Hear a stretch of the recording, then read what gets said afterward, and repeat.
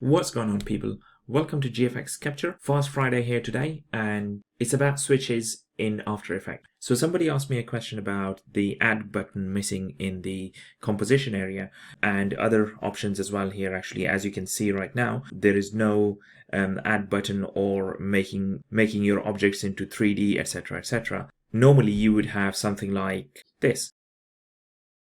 So there's two ways of doing it. First of all is either you come down here and right click and then you go and select your switches.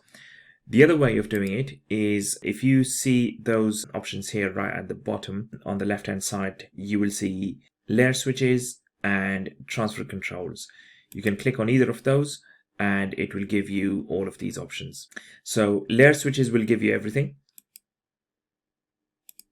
Transfer controls will give you certain options, including the add button here as well, actually. So then you can go and do whatever you need to do.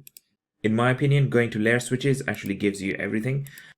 So I hope it was useful for you. Very quick, short, to the point. If you're new to the channel, please subscribe so that you get all the latest content, and we will see you in the next video. Thank you. Bye.